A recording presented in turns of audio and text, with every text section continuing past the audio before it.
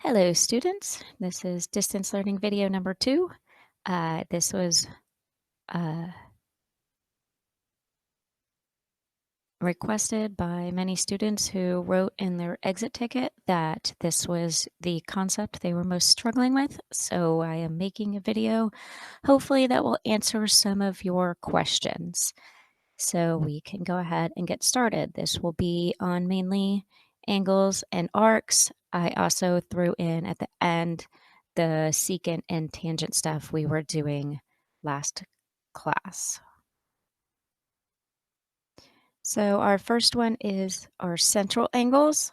So a central angle is an angle whose vertex is at the center. So that's why it's called a central angle.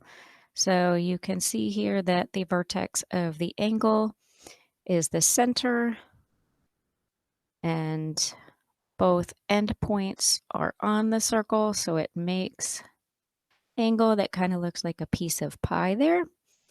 So the measure of the central angle, if we call it angle Y, and the intercepted arc goes, it's between the two endpoints. It's the curvy part of the circle between the two endpoints of the circle. That is the intercepted arc. We're going to call that X.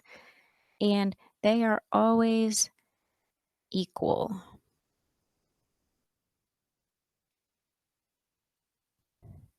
So whatever the angle measure, that is the same as the arc measure. So we have an example down here. If this is a time to pause your video, if you want to try the example by yourself first, just go ahead and pause the video and you can try to answer it, draw it on a separate sheet of paper if you want, so you can go back to it later. If you printed out any of the materials from Google Classroom, then you can use that as well. So here is our picture. It has a whole bunch of central angles here. So if I say, all right, there's a central angle. I don't know the measure of the angle, but T, but I do know that the intercepted arc here is 95 degrees. So I would say that this angle right here is also 95 degrees. Another one, I have a central angle here, and that angle is YTX. And angle YTX is 120 degrees. Therefore, arc YX, I could also say arc XY, doesn't matter, is also 120 degrees. And because it is like the circumference of the circle, all the angles in here will add up to 360, just like each piece of these arcs, if we add them all together, will also equal 360. So 360 is our magical circle number, just like 180 is our magical triangle number. So here, the next one I can figure out is I have another central angle there, that the angle is 70 degrees. Therefore, the arc out here, arc VW, also equals 70 degrees. And I'll do pink. We have a tiny little angle there, but we already know that arc XW is 35 degrees. So therefore, the measure of angle XTW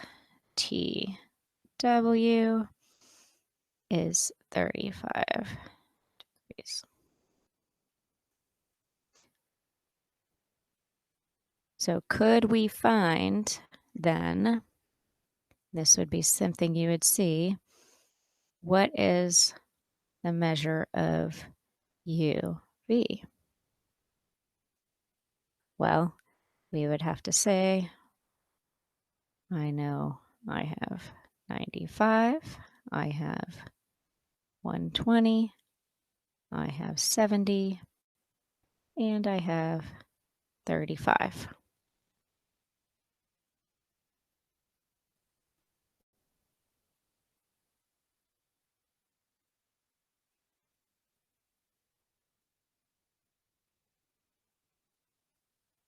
If I add all those together, we get 320. And so if the whole thing has to be 360, then this angle is 40 and that arc is 40. So we now know that arc UV equals 40 degrees. And that's how we work with central angles.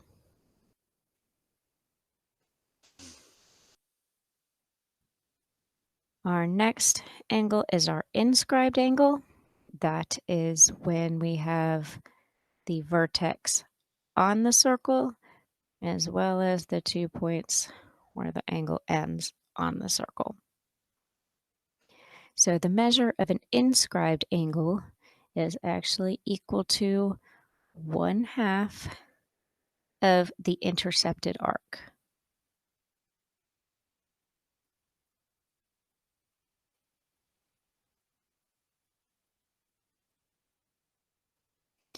So the intersected arc again goes from point to point there. It's the one closing the mouth of the angle. So in this case, we would say, well, angle Y equals 1/2 of X. So again, I have 2 examples down here. You can go ahead and pause your video and try to do these 2 examples before I explain them. And then when you're done, just replay the video and you can watch me work through them. So for this first example, we have angle ACB and we have arc AB here. And we are looking for this angle there. So I could say angle C equals 1/2 of the intercepted arc, which is 130. They do give you extra values that AC is 7 and BC is 7. We don't really need those for this question. So angle C is 65 degrees. There we go. So that is that. For letter B, our second example here, we are looking for, I know we could either look for what angle P is or what intercepted arc MN is. We're going to go ahead and look for the angle again. But here we don't know what the angle is. We also do not know what this intersected arc is. So how do we find it? Well, back in our chords unit, we have chord PN and chord PM. They do have these little tick marks. We do remember those tick marks mean they are equal or congruent. And if you have congruent chords, then you also have congruent arcs. So because this chord is congruent to PN is congruent to PM, if that is 147, then this is also 147.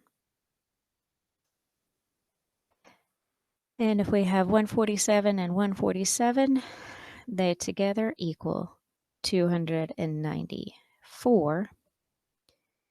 And we can say, okay, well, what is 360 minus 294? Well, that is 66. So we know because a whole circle has degree of 360. We know about 294 degrees. Our leftover degrees are 66. So we know that arc MN is 66 degrees. So then we can find that angle P is 1/2 of the intercepted arc, which is MN, and that is 66. So angle P is 33 degrees.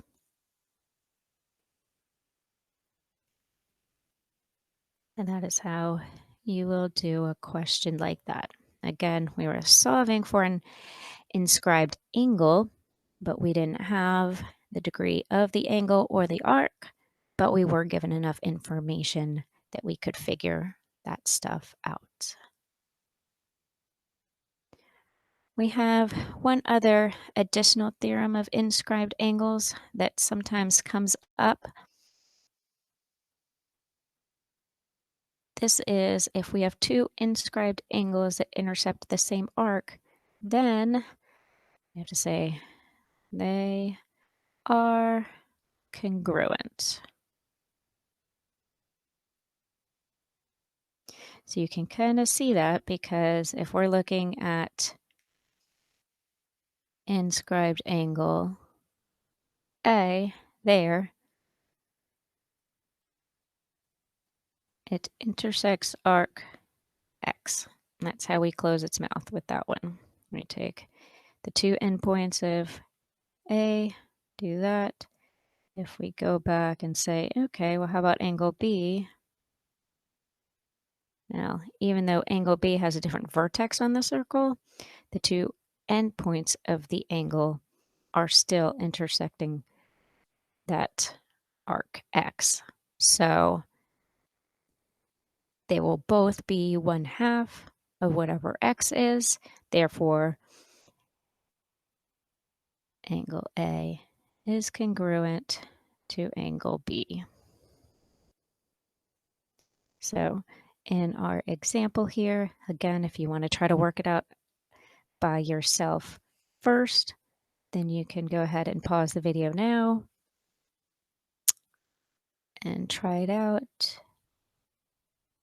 But I'm going to go ahead and say, all right, so we have intersected arc there, or an inscribed angle there, and an inscribed angle here. We're looking for X.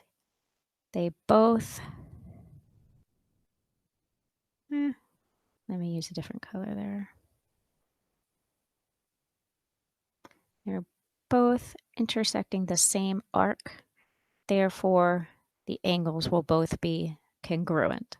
We don't need to set up a whole equation with the 1/2 of the arc. We don't know the arc. We don't need to know the arc. Both of them will end up equaling the same thing. So we can just say, well, oh dear, 2x plus 11 equals 4x minus 3. Now that we've set up our equation, that's the geometry part. Now we go back and do our algebra part. Subtract 2x from both sides.